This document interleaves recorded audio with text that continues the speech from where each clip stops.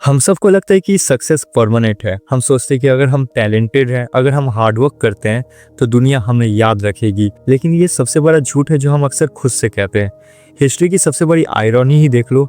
1959 में एक इंसान ने एक फिल्म बनाई थी ये दिखाने के लिए कि दुनिया अंदर से कितनी खोखली और फेक है, और उसी दुनिया ने उस फिल्म को फ्लॉप करा दिया। क्यों? क्योंकि वो सच कहीं ना कहीं उनके डाइजेशन के हिसाब से डाइजेस्ट नहीं हुआ था।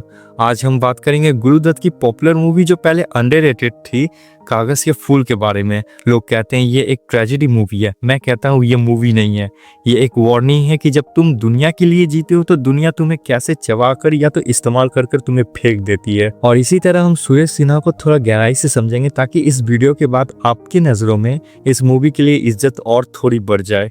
बिना किसी तरीके शुरू करते हैं। सबसे पहले हम समझेंगे कागज के फूल ही क्यों। वो कुछ और भी तो नाम दे सकते थे। तो इमेजिन करो एक असली गुलाब के बारे में। वो खूबसूरत है, उसमें खुशबू है, लेकिन वो मुरझाता नहीं, उसका लाइफ साइकिल नेचुरल है।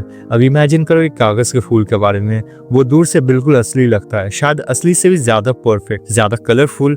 वो कभी मुरझाता भी नहीं, लेकिन पास जाओ तो उसमें कोई खुशबू नहीं मिलेगा क्योंकि वो एक लाइफलेस है। गुरुदत्त ने सिनेमा की दुनिया और इनफैक्ट हमारी पूरी सोसाइटी को कागज के फूल ही कहा है। शोहरत एक आर्टिफिशियल डेकोरेशन है। जब तक तुम स्क्रीन पर हो, जब तक तुम ट्रेंडिंग में हो, तुम सुंदर लगते हो, लेकिन अंदर से तुम खोखले हो। इस मूवी की फिलॉसफी का कोर यही है, the person versus the image. दुनिया सुरेश सिन्हा को प्यार नहीं करती थी, दुनिया Suresh Sinha the great director से प्यार करती थी। और जिस दिन वो इमेज टूटी, जिस दिन वो सक्सेस का लेवल हट गया, उस दिन वो इंसान सड़क पर आ गया।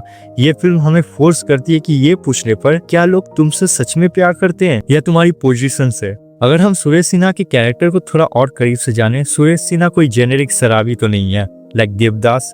लोग अक्सर कंफ्यूज होते हैं। देवदास प्यार में हार्ड कर शराब पीता है, सुरेश सिन्हा वो अपने ईगो और एग्जिस्टेंशियल क्राइसिस के वजह से पीता है। एज ए डायरेक्टर सुरेश के पास गॉड कॉम्प्लेक्स है। सेट पर वो भगवान है, वो दुनिया बनाता है, वो डिसाइड करता है कि कौन स्टार बनेगा, उसे कंट्रोल पसंद है।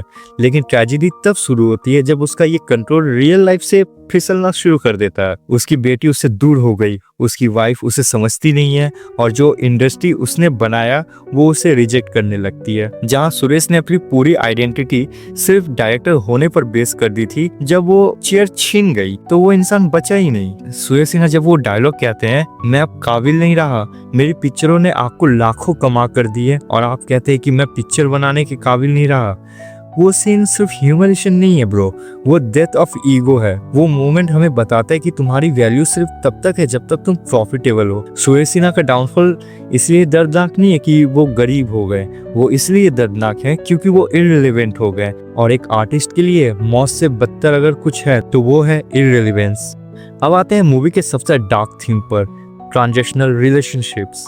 फिल्म इंडस्ट्री को अक्सर ड्रीम फैक्ट्री कहा जाता है। गुरुदत्त ने दिखाया कि ये एक्चुअली स्लॉटर हाउस है।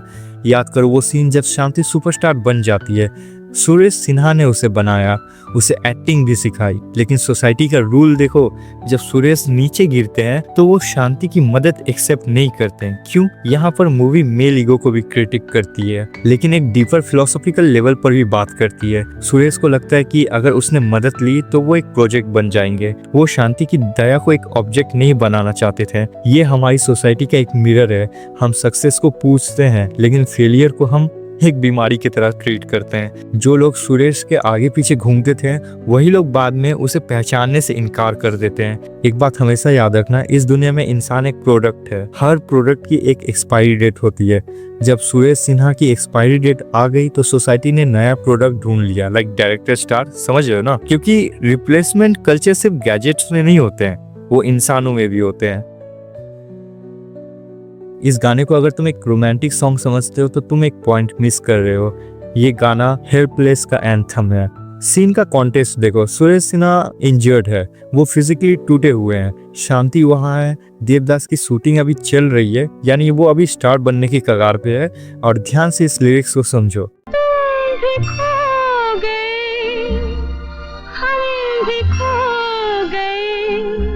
दोनों सेम स्टूडियो में है, आमने सामने है, लेकिन फिर भी खोए हुए हैं। क्यों? क्योंकि टाइमिंग गलत है। यहाँ वीके मूर्ति की लाइटिंग देखो, वही आइकॉनिक बीम ऑफ लाइट जो दोनों के बीच में पड़ती है, वो लाइट उन्हें जोड़ती नहीं बल्कि उन्हें सेपरेट करती है। वो डिवाइन लाइट ये दिखा रही है कि ये कनेक्शन प्योर तो है पर दुनिया के लिए ये पॉसिबल नहीं है। सुरेश की इंजरी सिर्फ फिजिकल नहीं है, वो एक मेटाफोर है। वो दिखाता है कि वो शांति के राइजिंग करियर और उसकी जवानी के सामने कितना अपाहिज फील कर रहे हैं। वो उसे बना रहे हैं लेकिन उसे पा नहीं सकते।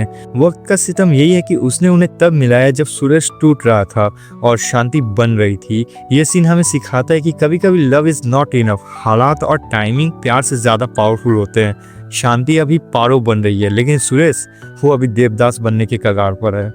जहाँ पर मैं डिस्टर्बिंग पार्ट की बात करूँ तो जब गुरुदत्त ने इस फिल्म को बनाई तो वो 34 साल के थे। उन्होंने अपनी खुद की मौत स्क्रीन पर दिखा दिया। फिल्म में सुरेश सिन्हा डायरेक्टर की कुर्सी पर बैठा मरता है, अकेला और अनजान। रियल लाइफ में गुरुदत्त का भी एंड काफी हद तक सिमिलर ही था, लोनली और मिसअंडरस्टूड। ये फिल्म एक सेल्फ फुलफिलिंग प्रोफेसी थी।